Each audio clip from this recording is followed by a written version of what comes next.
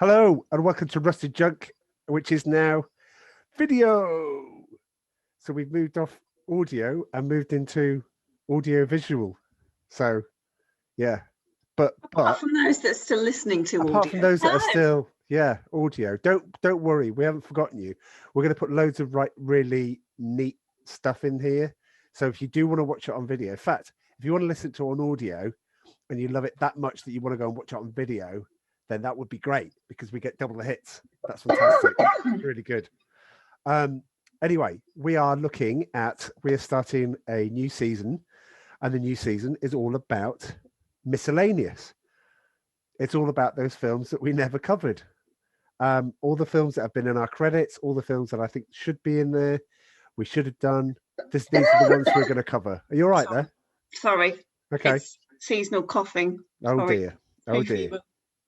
Anyway, we're going to kick this off with a bang. Although after what I've just seen on Amanda's face after watching the trailer, I'm not sure it's going to be such of a bang for her, but still. Anyway, we're looking at the 1986 film Back to School, starring Rodney Dangerfield, Sally Kellerman, Keith Gordon, Burt Young, Robert Downey Jr. The list goes on. Seriously, the roll call is going to be massive. Anyway, here's the trailer.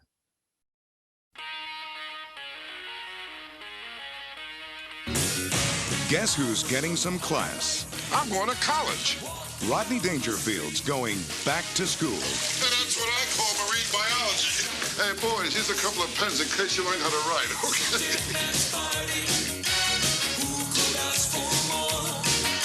When I used to dream about going to college, this is the way I always pictured it. Wait a minute, when did you dream about going to college? When I used to fall asleep in high school. Here's a book on sex education. Let me see that. The world's oldest living freshman. Well, he left out the most important thing. Where to get it. Say it! Say it! Good teacher. He really seems to care. About what, I have no idea. Hey, a little something for the kids, okay? Take that, it's okay, huh? I don't have any kids. No, because we're here. Get yourself some kids. We're here. Take it all right? What a woman. She is the teacher. I know, I like teachers. Do something wrong, they make you do it over again.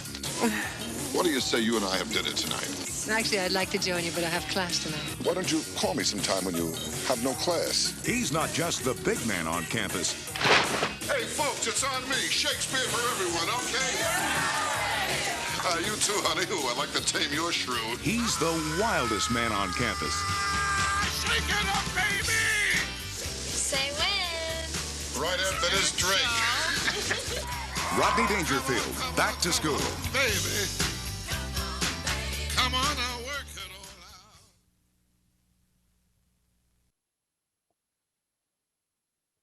out. So there we go. Back to school. Goodness me. Did we really watch that? Oh, God. This might be the shortest. So we put all this effort in. By the way, my green screen's failed. Your green screen works fine. I mean, look at that. It's great. Your green Mine screen's is just, great. I haven't got a green screen. It's just a background. Oh, The green screen failed in the end. right. Okay. So Yeah, all of that effort. But anyway, I've tried to do the best I can. Here he is, Rodney It's all right. Dangerfield. yes, that sums it up, really, doesn't it? Oh boy, blimey! I like the trailer because there's a bit in the trailer, and I'm geeky enough to know exactly what bit is in the trailer that isn't in the film. Where he goes, "There's a book on sex education," and he goes, "It's a great book. But it doesn't tell you where to get it." That's not in the film. Wow. Okay. I don't think it was a great loss to the film. I don't think it would have enhanced the film. We haven't got to the scores yet. I mean, we haven't got to scores, and I think I'm going to write on a piece of paper. Do you know what? I'm going to write on a piece of paper what your score is. Right. Are you ready? Right. So that's it. Okay. That's it. I can't influence this now. I can't change my score. Are you going to write what my score is? Oh, your score? Oh, no. I thought that's what you were doing. It looked like you were writing something. I was like, oh, I was just kind of going over it. Sorry. Okay. So for regular listeners now that are going, yes, we listen to you on audio, but yeah, you seem to be talking to each other and looking whatever each other's doing. Yeah, let's watch the video. Come on over. As I say, listen to them twice. I can't if they're in the car. No, but they can watch it when they pull over. or get to the destination or I something. don't think that's going to happen, is it, babes? Well, I hope so. I hope so. Seriously. Oh, let me just pull over and watch the podcast for Rusted Junk. That's Look, not going to happen. Look, can I Don't say kid yourself. we've got new titles. we've got video titles. They're great. I know. Oh yeah, I we're know not if you listen- Rusted by the way. Let me just move out the way. Which way shall I go? That way? Yeah, there we go. Now you'd rust junk. Yeah, but now you've disappeared. Oh, you've broken the illusion of the green screen. Oh, Rusted God. Junk, that's fine. going It's to going to pot. happen. It's going to Right. go like that or like that, and I'm going to like lose an arm. Jeez. It's fine. If you tuned into us for the audio, you're going to go, well, it's just as calamitous on the video. So, yes. Do you like the all the funky stuff that we've got around us? The template? Do you like that? Yeah? Who are you talking to? Me? Yeah. Oh. You saw it. You helped. You saw it when it was designed. You helped. Yeah. I had some input in the new logo. Yeah, the Rusted Junk logo. I said, logo. Perhaps it's like, when you put a tape in the machine and it's like all a bit fuzzy. If people remember video recorders. Well, do you know one of our lowest rated one of our lowest listened to podcasts is Leviathan and Choosing New Jingles. And I actually like Choosing New Jingles because I go back and listen to it on audio. We had to choose between 8 or 9. And some of them were awful. Yeah. Some of them were awful and some of them were absolutely brilliant. And I was like, okay, that's fine. It almost feels like, we went through a few revisions on this, but we're really happy with what we came. You've got the new logo behind you. You look great. Everything looks fantastic. So, do you know what? Let's get to the film. I'm sure we'll tell stories about the other stuff, but when we get to it. But he says with a heavy heart, "What's your score? And why did you give it this score?" Do you want to know? Can I? Right. As soon as you say it, I'm going to hold up. Okay. 3, 2, 1. Okay. 4. Oh. I can't see it. Oh, well, trust me, it says 3. Failed at the first. It says 3. Well, 4. Okay, well, that's one better than I thought it was going to be. Well, that's because it's got Robert Downey Jr. in. Oh, how many points did you add for him then? 1. So it's a 5. He wasn't very good in it, though. I was very disappointed. Well, what did you expect? Did you prefer him in Weird Science, or did you? It's just starting out. Bless him. Yeah, I suppose. And I know he listened to the podcast, and I know he's tuning into us on video now. So this is great. He's not going to like me anymore, is he? Welcome, Mr. Downey Jr. You are wonderful, and that's why we cover most of your films. And we got more. We got more coming, so it's fine. So yeah, I've only just given you one, Robert Downey Jr. Oh, right. Okay. Very good. Very good. I'm sure we'll see right through that. Well, why? Why 4? I mean, come on. It's awful. It's an awful movie. It's full of... Right. For a start, the guy that's behind you can't act at all. And nobody said it. Well, it's awful. Absolutely awful. And, why should I give it a 4? I suppose I chuckled at some of the stuff, but then I'd say you guffawed. I didn't guffaw. I chuckled. There's a difference between a guffaw and a chuckle. It was definitely a couple of guffaws. It wasn't a guffaw. Absolutely not. Nowhere near a guffaw. Okay. Right. Okay. Well, I can't believe he got away with some of the lines that he said. Well, because it's the 80s. You've been so harsh. God. Just atrocious. Oh, good Lord. Right. Well, equally, you're going to be shocked by mine. Oh, God. You've given it something stupid like a 7 or an 8. A 7.5, yeah. Oh. Yeah. No. It's pure. Right, why? Why? Right. Why have you given it that higher score? Right. Memories. Good memories. I realised that I remembered a lot more of the film than I did. I knew some of the lines that were coming up. I obviously watched it far too many times. And it's good old-fashioned escapism. And I'm not being funny. In something like this, with the dross that we're watching on Netflix at the moment, I just found it genuinely escapism, and I just loved it. I've been watching Summer Rental with John Candy, and nobody knows that film. Nobody remembers it except like diehard 80s podcasts and stuff that I listen to. That's not a good film, but it's a great film in the sense of it at least makes you laugh. Summer Rental's probably about 5.5, 6, but it's still good. A 4. It would have been a 3 had Robert Downey Jr. not been in it. Right, but you didn't like him in it, but you gave him a point anyway. You gave him 1. Yeah. Wow. Right. Well, I don't know where we go from here because it was nearly an 8. You know, but I mean, it's not an 8. 7 you and a half. Cannot give it an 8. Why? That's like the same as what did we watch with Kevin Costner in it? Was it Kevin Untouchables? Costner? Yeah, that was a high score. It's nowhere near as that. It's like kind of score. You're comparing apples and pears.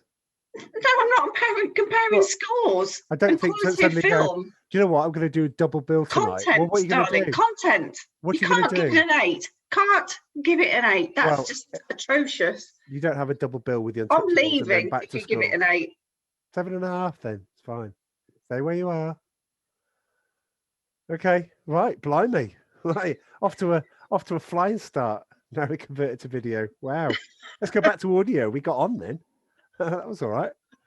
Oh, do you know what? Then before we get into the meat of the film, then I think we need to. Sorry, there was meat. Of the film. There is something to discuss in the film. I'm not just going to do roll call and trivia time. There is other things to discuss here. So yes. Okay. Crikey. Right. Blimey. So let's go into roll call, shall we? We haven't got any funky credits, Yeah. so if you watch it on video, it's just going to be audio. So roll call. Roll call. Well, we've got quite a few. There's a lot of people in this. But there's a lot of good people in this. There's a lot of good actors. Yes, absolutely. Well, first of all, Robert Downey. Where were they then? Robert they Downey obviously Jr. didn't turn up for the film. Wow. Okay. Calm. I know you don't like it, but just let's get through roll call without. Go on then. Make it quick. Let's try and do that. I can't make it quick because there's so many. Oh, there's so many. So we've got Rodney Dangerfield. So he's famous for a film called Easy Money. And he's he also made another film. Yeah, he made a couple of other. Lord. Yeah.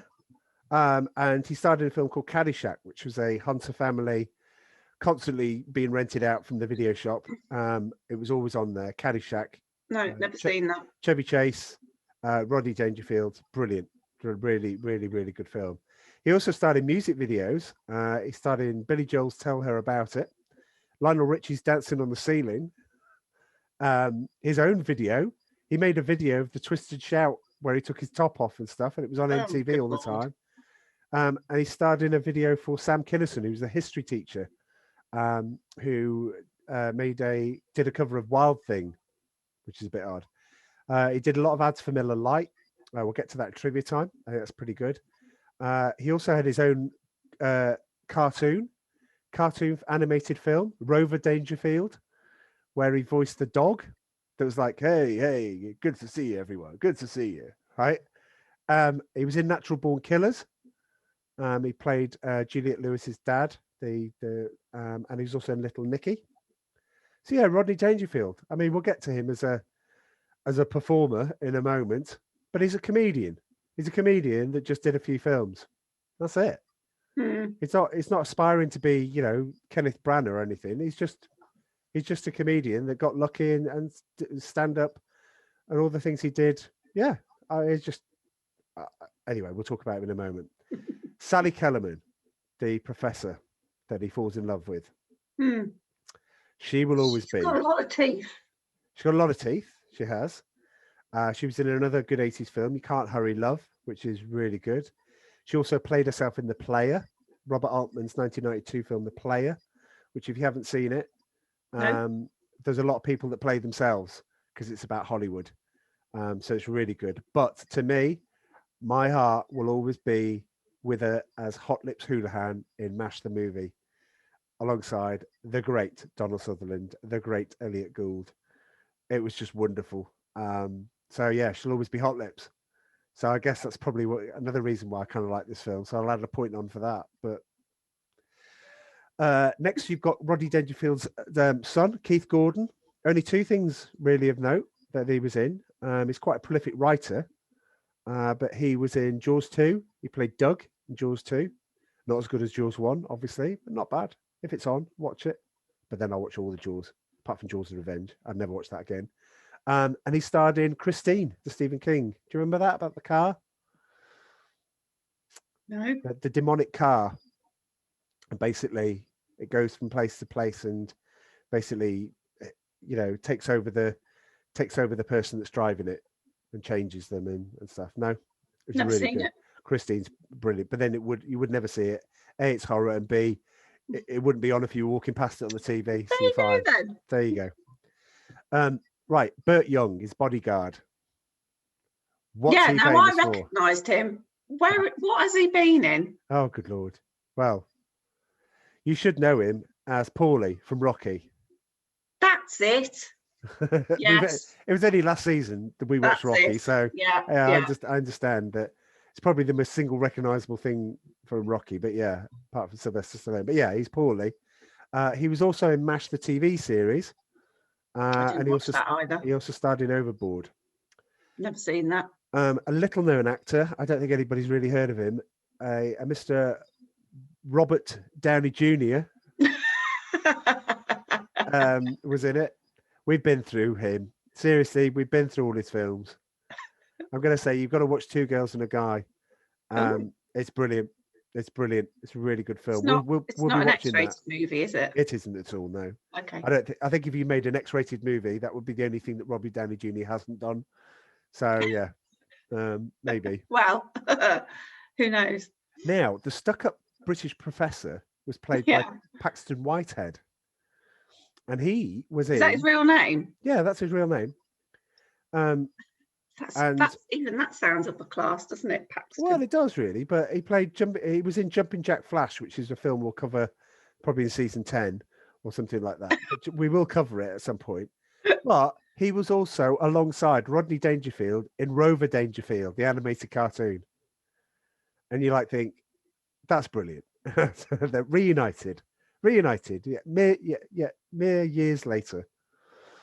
Now, Terry Farrell, who was the object of the son's affection, the girl in it. Oh, yeah. That was quite a lot taller than him. She starred in Becca with Ted Danson. So she's famous for starring in that because it's just quite a big role with that. But she was for me, she's Jadzia Dax from Deep Space Nine. And she was cruelly, I may add, written out the show of Deep Space Nine, with a very poor death scene, which a lot of Star Wars fans, this is pre-internet, were extremely upset about. So yeah, as soon as you get the internet, you suddenly find out what everybody thought at that time, typing away. So yes, we all agreed. Next one, the diving coach. Now, his name is M. Emmett Walsh. This is what he's been in. Now, I forgive you for glazing over at this point, but for all the people who listen to this podcast because they like forgotten 80s movies, you're in for a treat. Am I? He's one of these people. When you see him, you go, "Oh, him! Right, I get it. Yeah, it's him." Blade Runner, that's not forgotten film. Critters, Red Scorpion with Dolph Lundgren, Raising Arizona, Nick Cage, Narrow Margin with Gene Hackman and Ann Archer, Harry and the Hendersons with John Lithgow. He was in the Flash in 1990. There's a film, The Flash. He was in Wild Wild West. He starred in Damages. He's also in. I knew I'd get a chance to shoehorn his name in this season. He also starred with James Spader in Music of Chance, which I watched the trailer for and realised I don't think I've watched this. So yeah, there might be a reason. Well, you never know. Right, moving on. Then we've got Adrian Barbeau, who played his wife, the one that was at the start. Oh, it's not so easy to divorce me. This is going to cost you plenty. Right, so that was cheating on him. Do you recognise her? from season 3? Not really. No. Okay. So so basically Brains in Escape from New York, she was his girlfriend. Oh, okay. Yeah. She was the one Yes. That's it. Yes. So She didn't wear a lot, did she? She didn't, no. Yeah, I remember now. Yeah. So, yeah, she was married to John Carpenter at the time. She was also starred in The Fog by John Carpenter. Mm-hmm. She's amazing in The Fog. Yeah, you said that last time. I did, and it still is. Still stands. William Zabka, Billy Zabka. The boyfriend, the blonde one, yeah. The blonde buff guy. Yeah. Yeah. What's he from? If you don't answer this, you might actually be. Kai, is he? Yes, that's right. I was about to say you might actually be kicked off the podcast if you don't know who Billy Zabka is, because he's Karate Kid 1 and 2 and Cobra Kai. Yeah. Yeah. He's brilliant. I mean, he's brilliant. Say that again. Is he what film? Karate Kid 1 and 2. You say karate. Karate Kid. See, I call it karate. If you said, "Oh, hello," yes, I saw a film last night. Oh, what film did you watch? The Karate Kid. Apparently, he practiced this thing called karate. It's the Karate Kid. I'm a black belt in karate. Karate. Karate. It's karate. What? It's karate. You say potato, I say potato. I'm right. Actually, there is, potato. Well, nobody says potato. I don't know anybody that says potatoes. The song's wrong in itself. It's karate. Karate Kid. The Karate Kid. The Karate Kid. Well, do you know what? We can say this for the first time. Leave some comments below on who's right. And while you're there, what's the right way? Cornwall cream tea or Devon cream tea? Oh, don't go there. People won't know that if they're... Well, no, if it sparks a conversation, if they're going to be talking about it. But I'm right. It's karate. Where are you going tonight? I'm going to karate class. It's fine. You don't say that. You don't go, hello, yes. I don't talk like that. Where are you going tonight? Well, I'm going for a spot of pony riding, and then I'm going to karate class. And then I'm going to Pilates.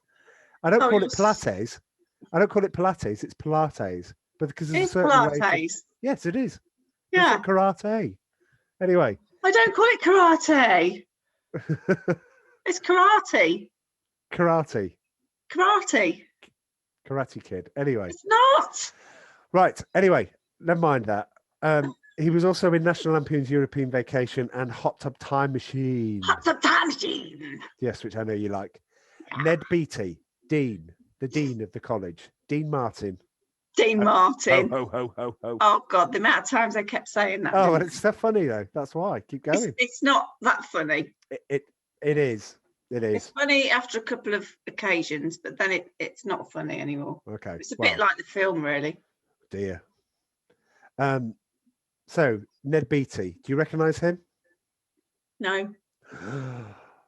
Oh, do you know what? I'm going to have to make an apology already. Joe from Nerd Alert, who has been on this podcast quite a few times. I apologise that she doesn't know who Lex Luthor's sidekick Otis was in Superman 1 and 2. Oh, that was him. Look at this light bulb. No, sorry. I thought I was getting mixed up with the professor again. The dean, the guy that's the dean of the college, yeah. Who, to be in all fairness, it was a very large. Took the money to build the business school. That's right. Yes. Right. Okay. Yeah. I did recognise him, but I didn't know where from. Well, he's Otis in. He reminds me of a teddy bear, but I'm sure. Quite picture. Yeah, I'm sure he'd love that. I'm sure he's fine. He's also in 1941. He was also in MASH TV series. Hey, it's a broad church. 2 more to go. Robert Picardo is right at the start. He's the guy that his wife is cheating on. Now, if I showed you a photo of Robert Picardo playing the guy the wife is cheating on, the guy the wife is cheating with, right? Yeah. In the pantry. Yeah. He's hardly in it. Well, he still gets the credit, and it's interesting because he was the emergency medical hologram in Voyager. So basically, the Doctor in Star Trek I don't Voyager. watch things like that. You know that. No. But the crossover here is there was a crossover episode where him and Terry Farrell were both in one episode together because it was a crossover episode. Oh, that's nice. So yeah, I thought that was all right. Anyway, you wouldn't recognise him now compared to then. And lastly, I would say a cameo at this point. Word up. Edie Mcclerg. Who played his secretary that was taking the notes. Oh, Ferris's head teacher secretary. There we go. Excellent. The one with all the pens in her hair. That's right, Grace. Grace. Yes. All right. She played the same character though, didn't she? Pretty much, yeah. I mean, she does really. I mean, she also plays Rodney Dangerfield's wife in Natural Born Killers. The both of them play really seedy characters. And also Robert Downey Jr. is in Natural Born Killers as well. Oh wow. It's a bit of a reunion, a back to school reunion. It is, isn't it? Yeah, not bad at all. Anyway, there you go. Roll call. I've tried to make it as short as I can. There you go. Thanks. There was a lot of people in that. Anyway, back to school. So the premise of this. Let's just talk about the premise before you start venting at how bad it was. Right. The premise is, it's 1940. It's Maloney's tailor shop in New York City. Boy brings a grade card back to his dad, and his dad's like not very happy. The grades aren't good, and he's going, "No, Dad. When you retire, I'll take over the business." And he goes, "No, if you don't got an education, you have nothing. And don't forget, you're a Maloney." Then it cuts to the montage where you see Rodney Dangerfield expanding the business, taking it in a new place. He's got a new store, tall and fat, and it starts with an advert. So yeah, but he changes his name. Changes to Mellon, yeah. Thornton Mellon. Yeah, you never find out why he's not a Maloney anymore. He's a Mellon, because it sounds better the many times that it's said in the film. Don't forget, you're a Mellon. It's part of the gags, you know. So what happens is he's living a life. His best friend seems to be Burt Young, who's the chauffeur, bodyguard, everything else. Pretty much his wife despises him. I mean, she's just not got a nice thing to say to him. Well, like chalk and cheese. Oh, she's all about high society and like, I was going to say something rude then. Engaging with liaisons with a lot of men. Yeah. And then a lot of men, yeah. A lot of men. And then castigating Mr. Mellon for his demeanour and his manner and what he does and his likes, where she's like all hors d'oeuvres and blooming canapes and champagne and but I think before you get he's a beer and sandwich man.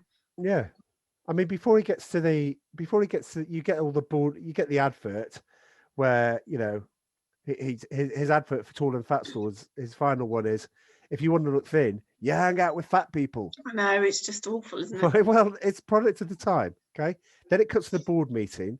Then it cuts to him obviously setting him up as a brilliant business brain, saying what he needs to be done.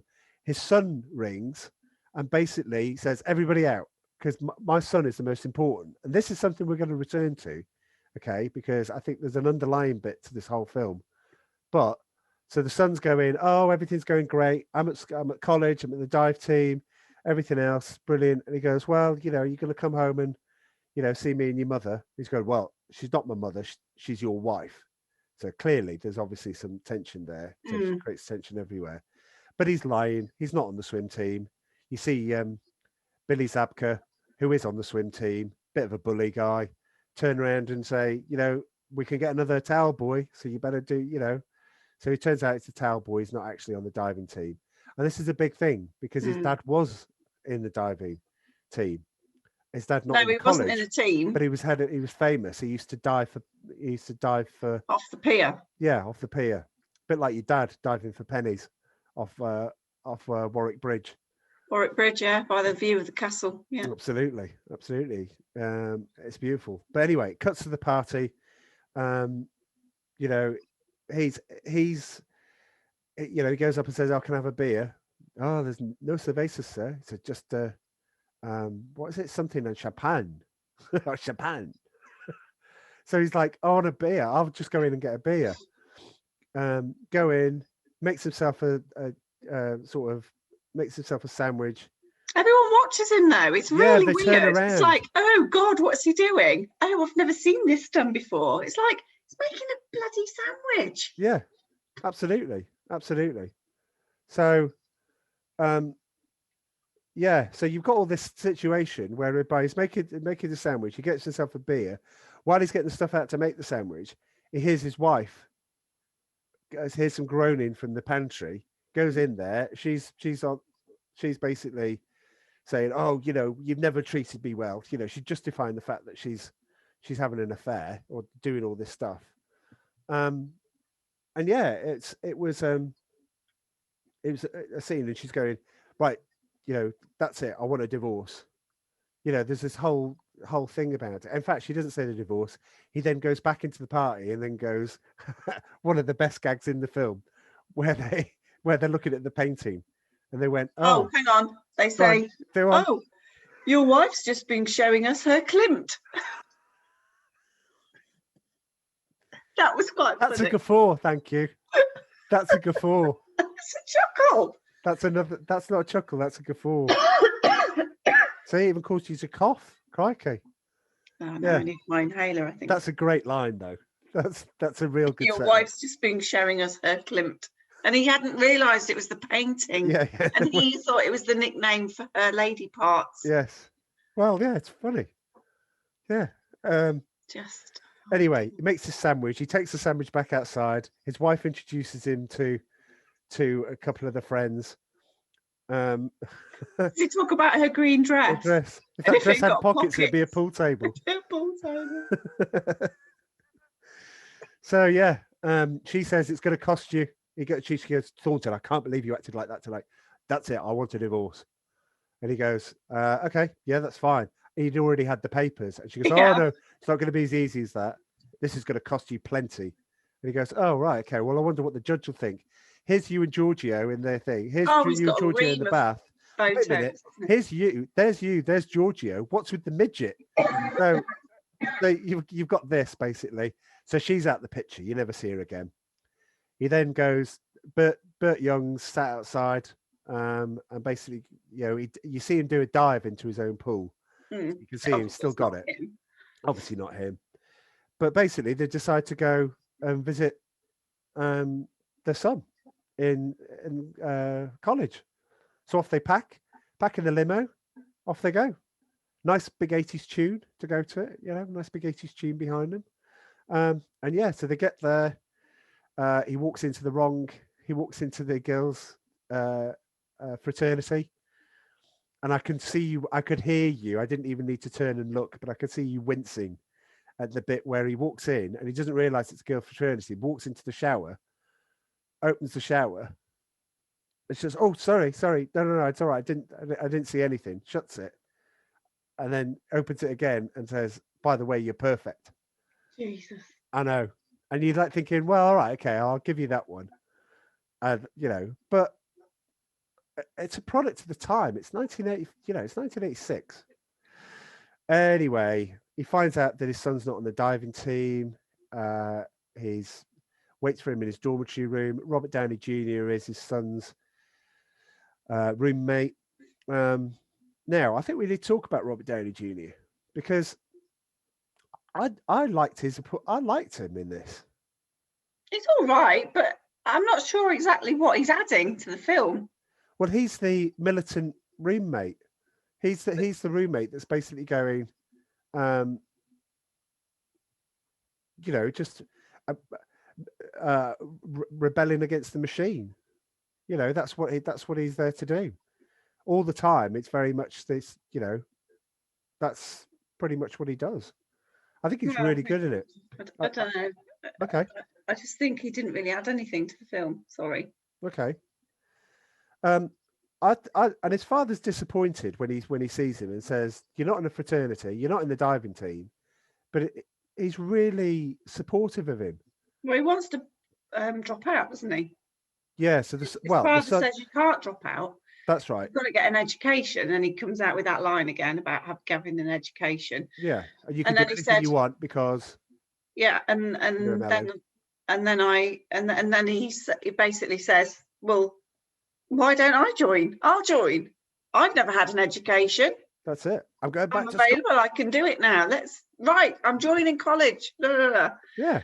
And then he goes through that application process where they're like, "Yes, you're 43 more years senior than everybody else here, and you've got no SATs or equivalent to A levels, I suppose. Yeah.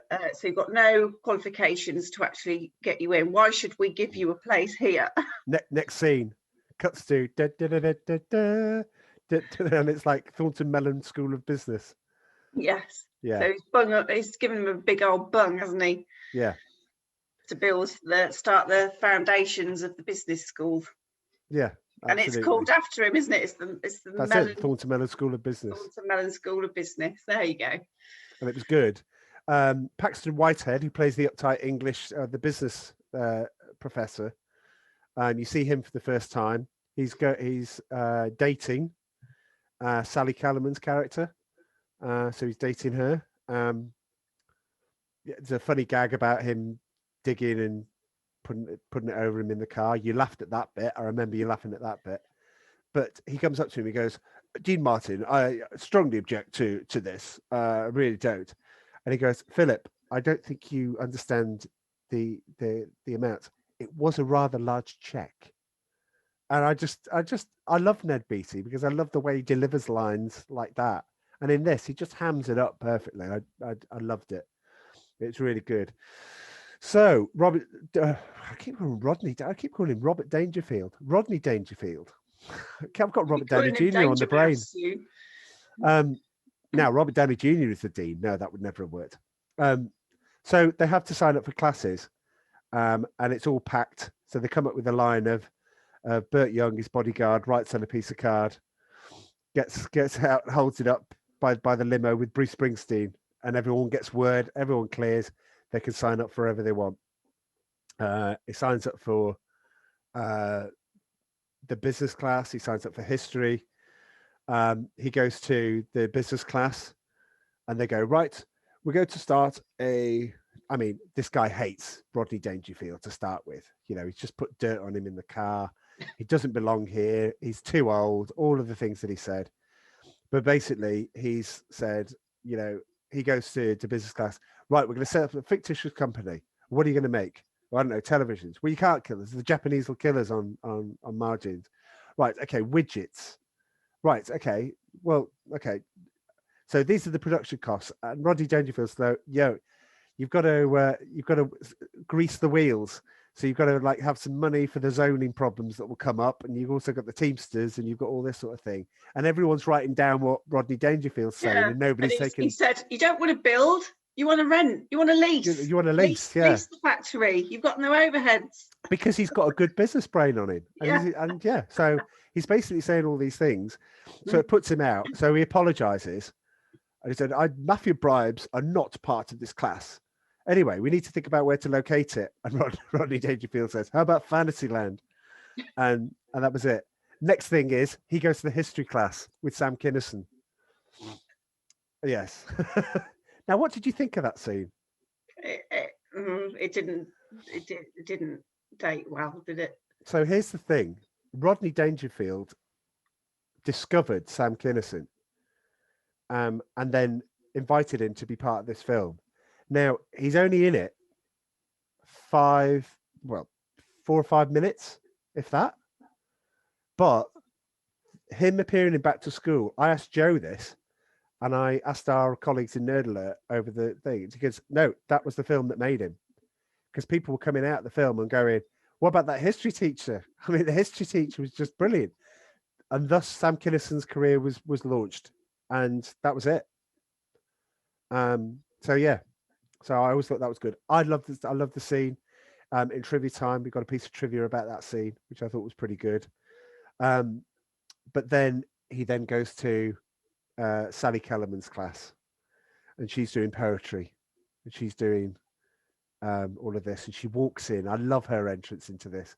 She walks in, she goes onto the stage, and she just starts reading from Ulysses, and he's lost in this beautiful poetry, and he cuts to him thinking he's on a field with her, and he's having a picnic and all this sort of stuff, and he's kissing her and all this sort of thing, and she goes, yes, yes, the end of the poem, and he stands up and goes, yes, because he's kind of like lost in it. But he's really besotted with her. Asks her out afterwards, which is direct and to the point, which is a bit weird. One of my favorite lines in it. Sorry, I can't see you tomorrow. I've got class. What about tomorrow? What about the day after? I'm sorry, I've got class then. Well, why don't you call me when you have no class? I think it's just a genius line. I just think it's a great line. It's a really good line. But anyway, it's not. Darling. Philip, who's going out with her, says, "Oh, I think it's time for a merger." He puts his relationship stuff in business talk, doesn't merger he? Acquisitions and mergers. You're like, what's going on? So yeah, basically that was. She basically says, "No, I want to be free. I don't want to be tied down. I just want to have fun." Yeah, absolutely. So it's then it cuts to, so obviously we've got this Valerie Desmond character. So we've got Terry Farrell, the object of Keith Gordon's character's desire, that he desperately wants to be with her. So you've got this like library scene, and he's been batting his eyelids and trying to get it with her, and finally she talks to him, and this is what they, this is the be all and end all of his world. So he goes, well, why don't we go for a drink? Well, Rodney Dangerfield's having a drink because he's in the on-campus bar where Oingo Boingo are playing.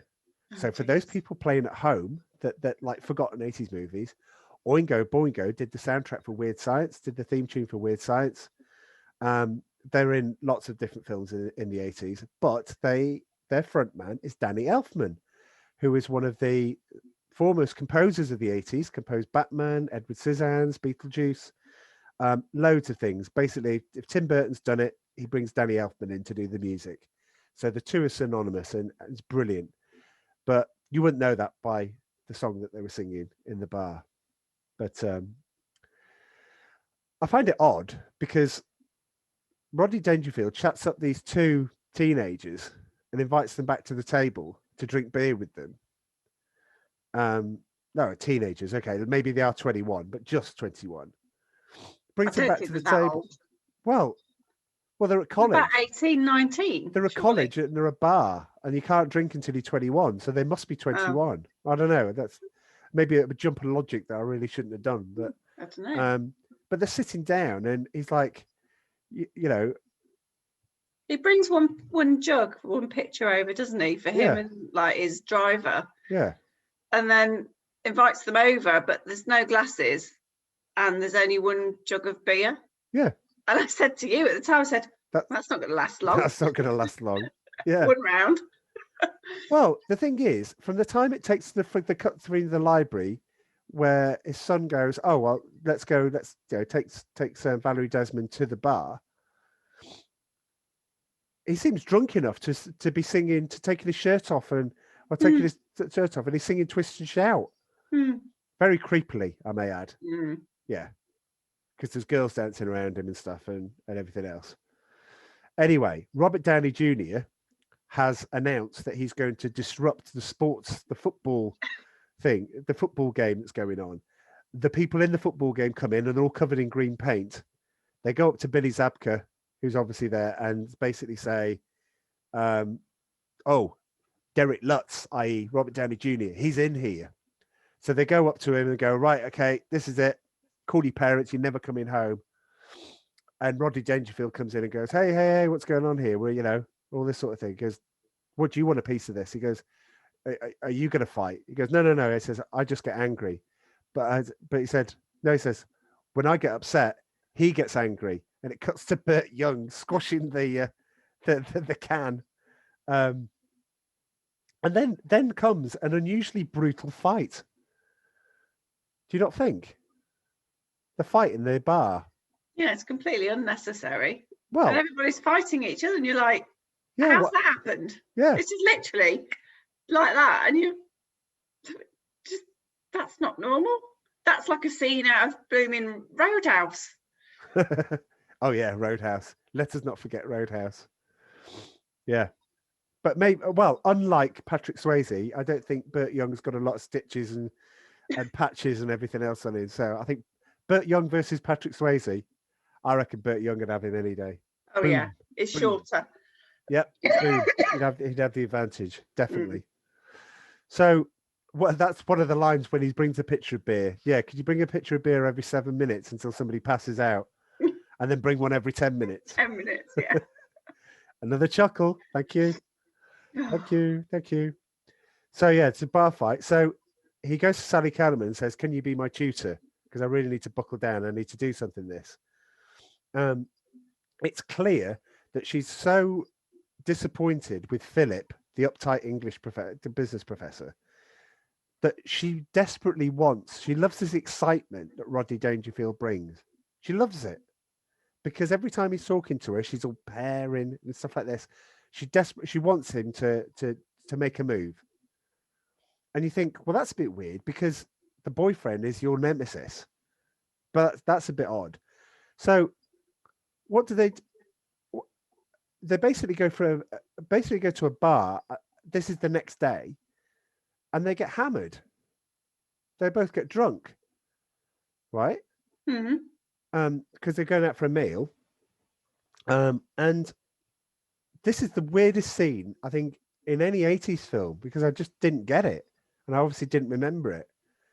So Philip drives his little old English car, you know, the It looks a bit like Chitty Chitty Bang Bang. Yeah, it looks a bit, a little bit like that. It's like that kind of thing with no roof on it. Yeah, he's waiting for her at her house.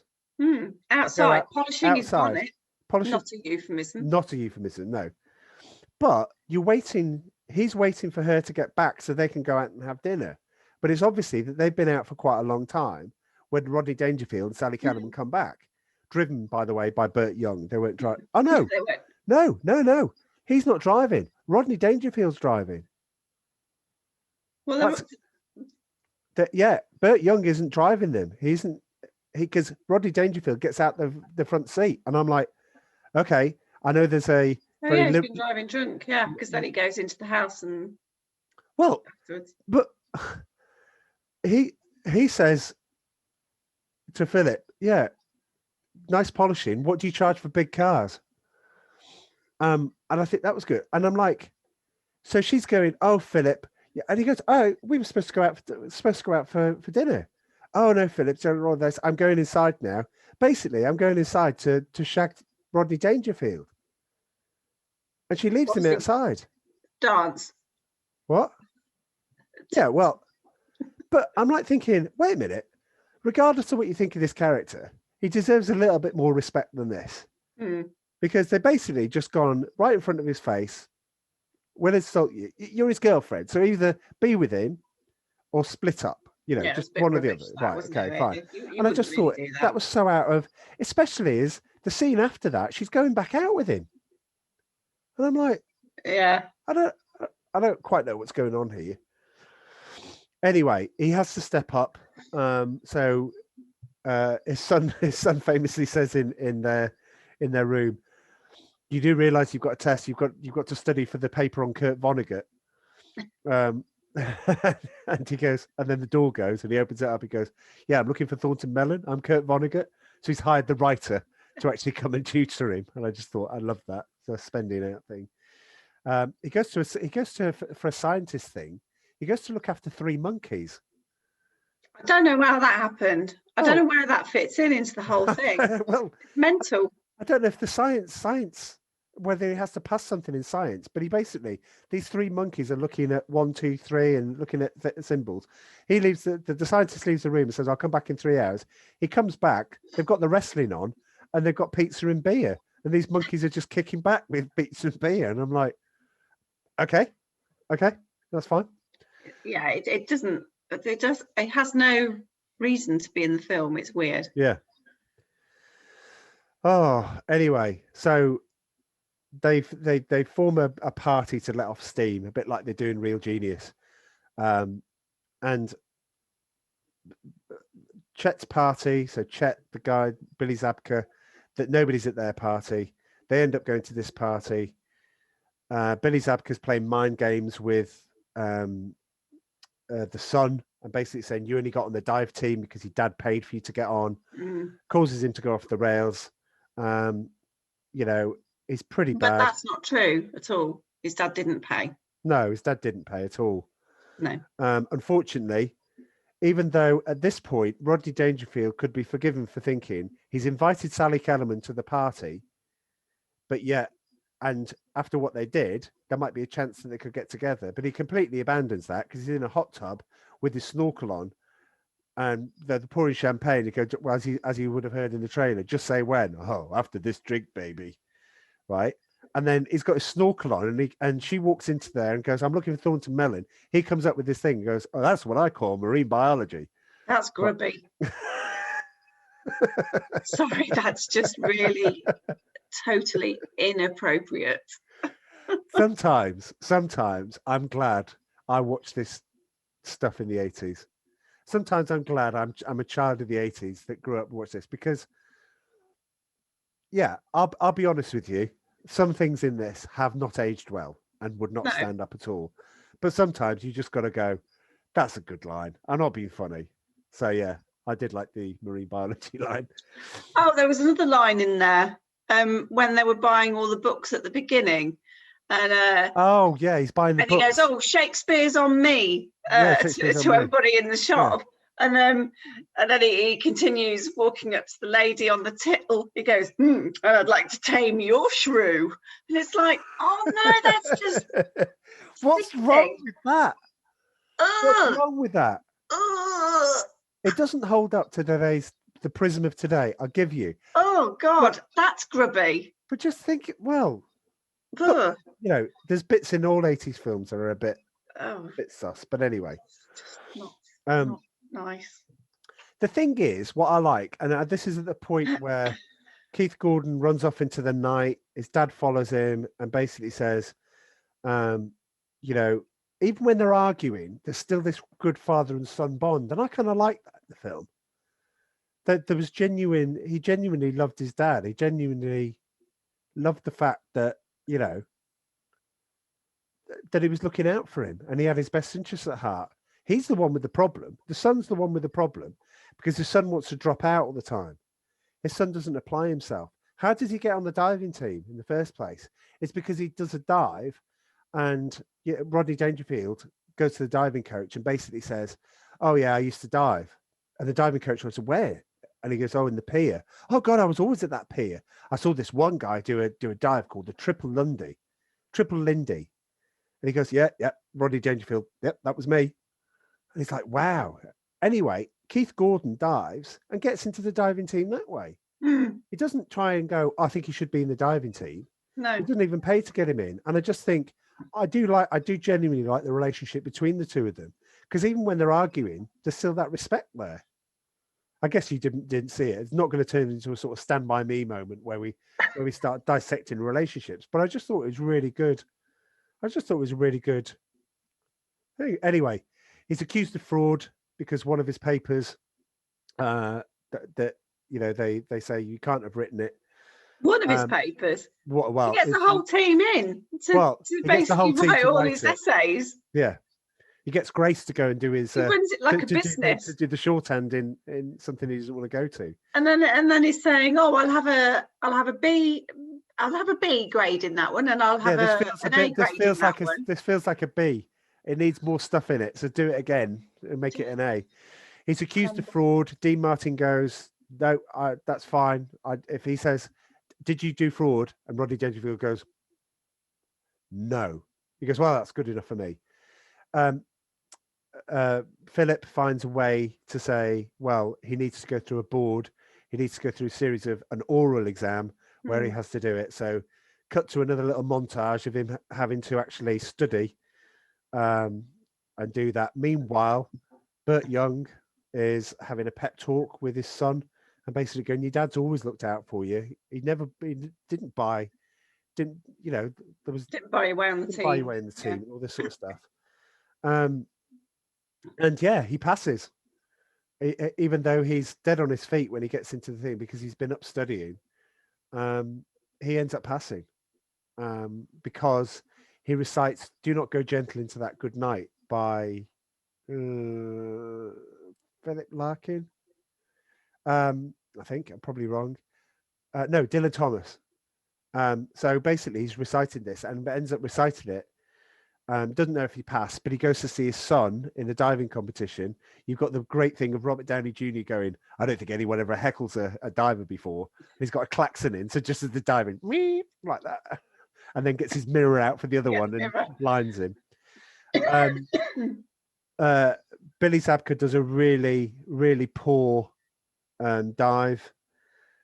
His dad basically, and then because he's doing so poorly, he goes up the stairs and fakes an ankle injury. They shout out to the crowd, Mellon, Thornton Mellon, you're up. So he has to join the diving team. Sally Kellerman comes, tells him he's passed. He talks to his son and goes, I didn't buy my way onto the team. And the film ends with him going up and doing the triple Lindy, which is they get the extra diving boards in, don't they? They have to, yeah. He gets up to the top and goes, we need to put extra diving boards in. I went, well, that's not a short job. You might as well come down and have a cup of tea. You know, you got to put a few more boards in.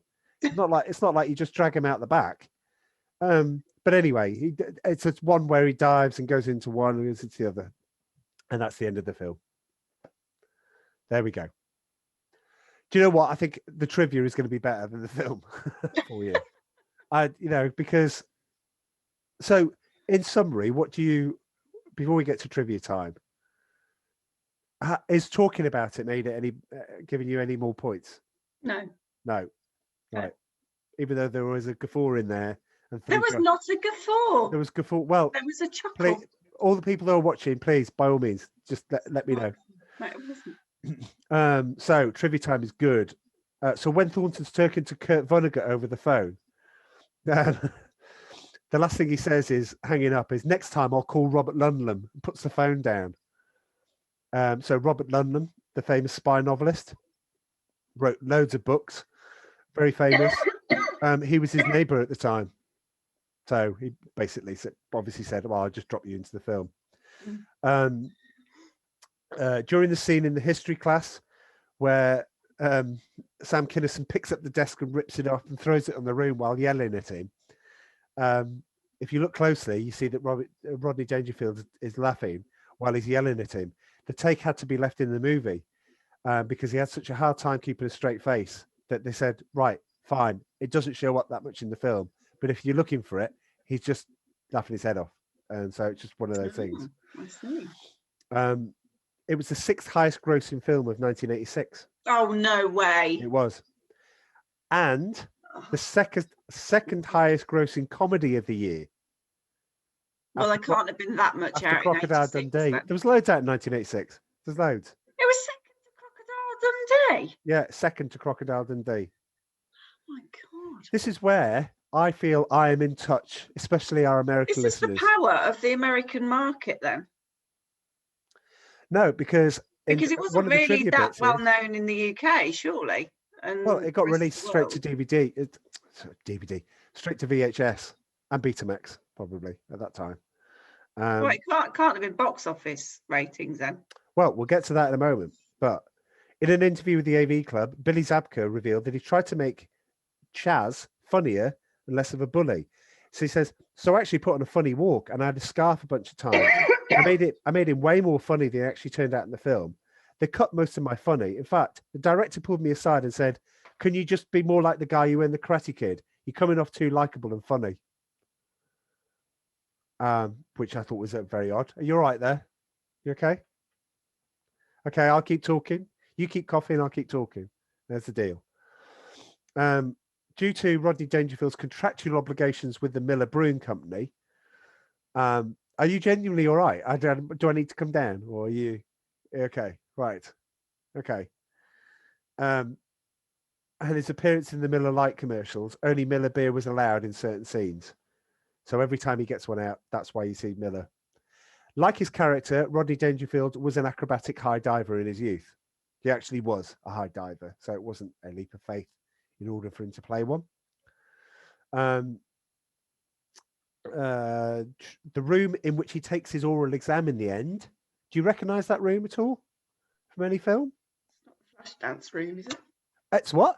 Flash dance room. It is indeed. Really? It's the room where she makes her audition in Flashdance. Check me out. That. Do you know what? I think we're just going to wrap up season 4. I don't think you could actually. I don't think that can be beaten.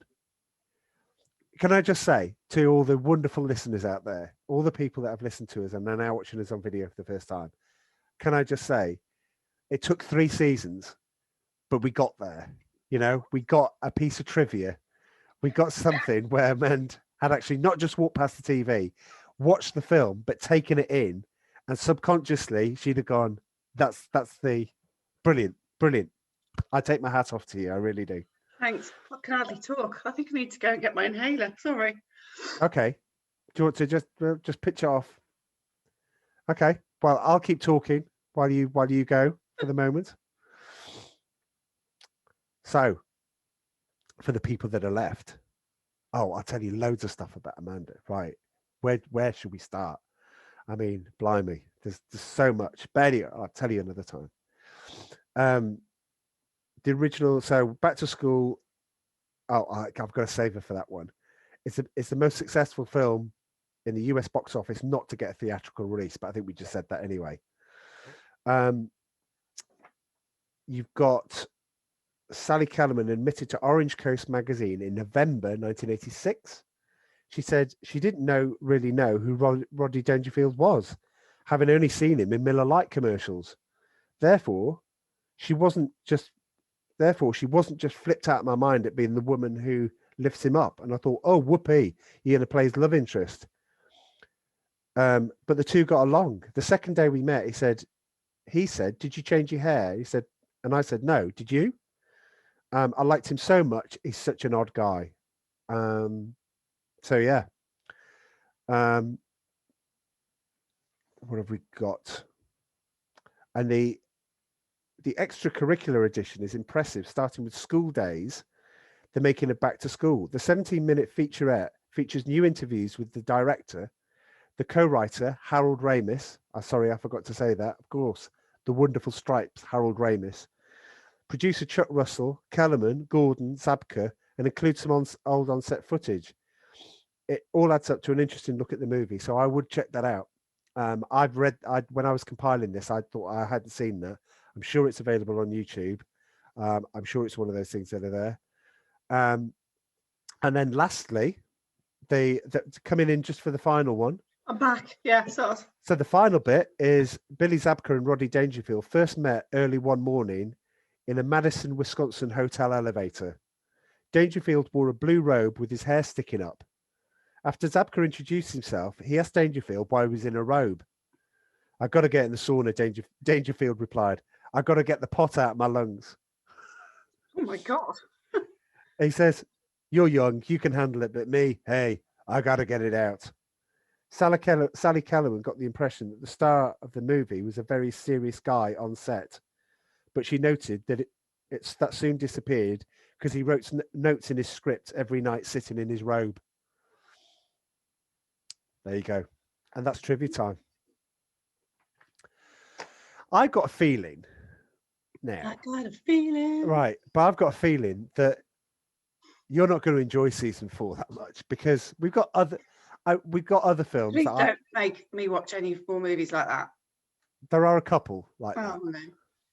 Well, maybe I'll jig them around, but there's certain ones we've got to do because with the high time that we should have done them already. So yeah. That wasn't me trumping, by the way. That was the chair. Well, you say that, but I mean, after what I told all our lovely viewers, while you were away. God, I told them everything about you. They're just so all No, you the didn't, 'cause I could secrets. sort of hear you everything. over my coughing. I spilled all the secrets. But anyway, there we go. Right. Well, I'm going to break them up because there are films like this. We've got films like Real Genius, Summer School, but maybe one of them will hit. You know. Mm.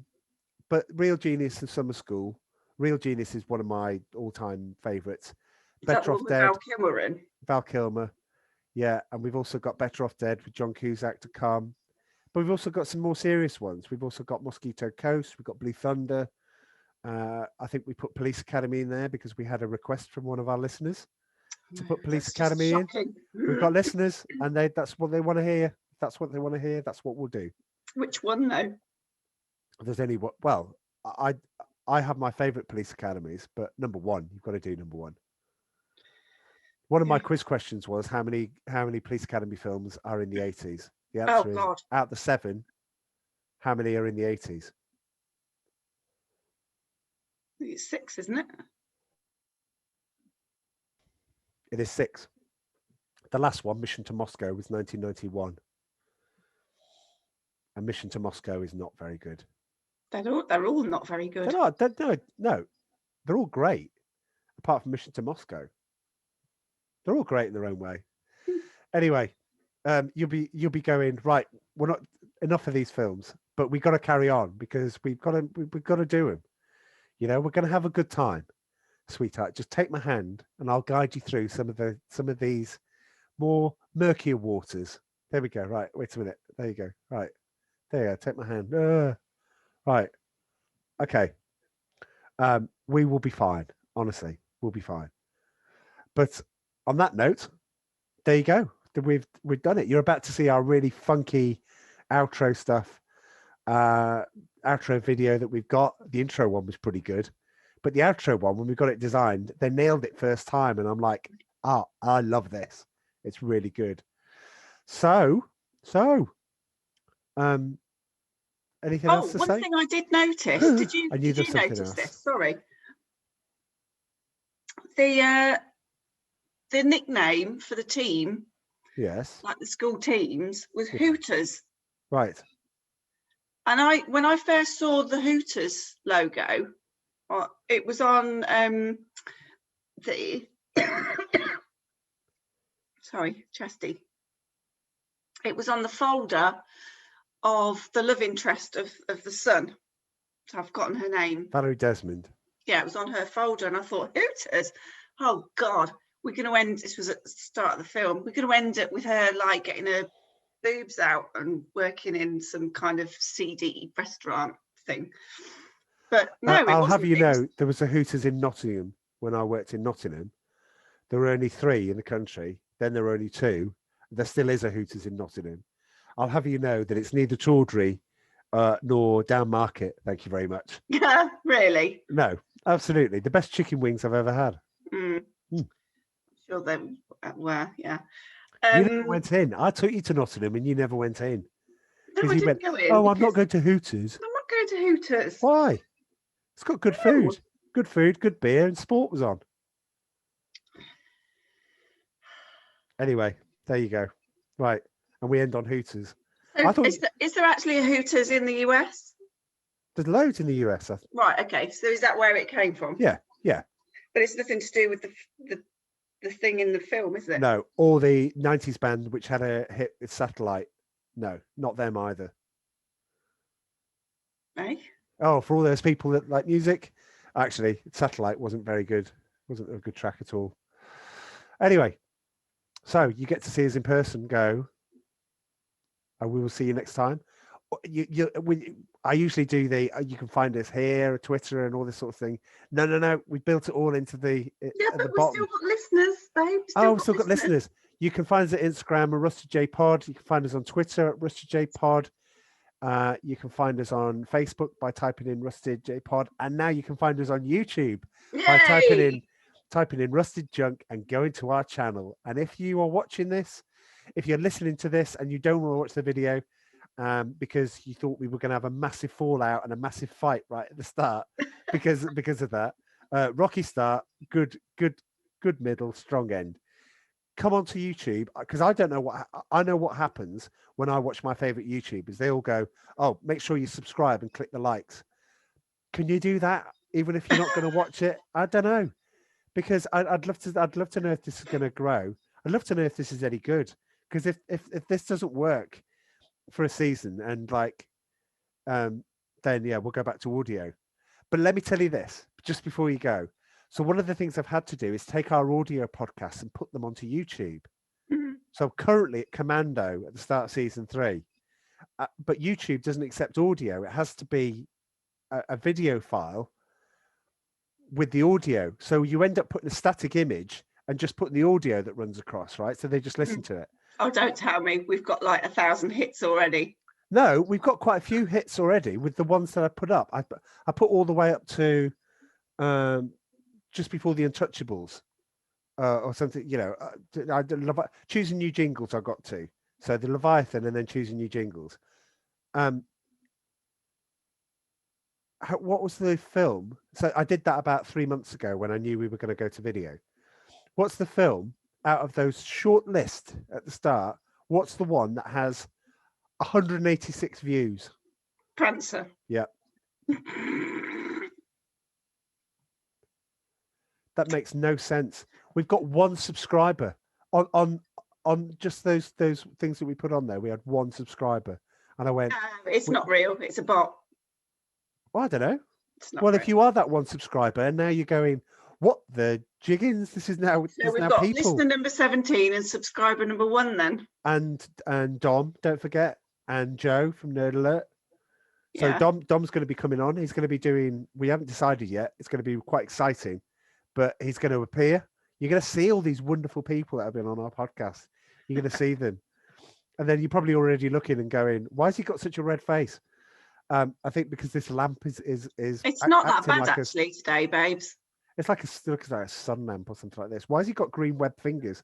Because he has his green screen failed on Because him. he has green web Look, fingers. you do the same. You do the same. Go on. Oh. Look at that. Look at that. That's how it should be. That's how I should be. But anyway, there we go. Right. With that, it's been great to do video. It's nice that it's different because I see you over the table, and I see you when I'm talking to you, and I think so. This is a nice experiment. We're going to see where it goes with season 4, but I love this one. Let's not start like that again. Just come over to my side. Give it a 7. Give it a 6. No, let's give it an average. It's a firm 4. It's a firm 4. Well, at least it's a firm 4, not a firm 3. That's right. Anyway, there we go. I'm going to say cheerio, and you're going to say Toodle pip. That's the way.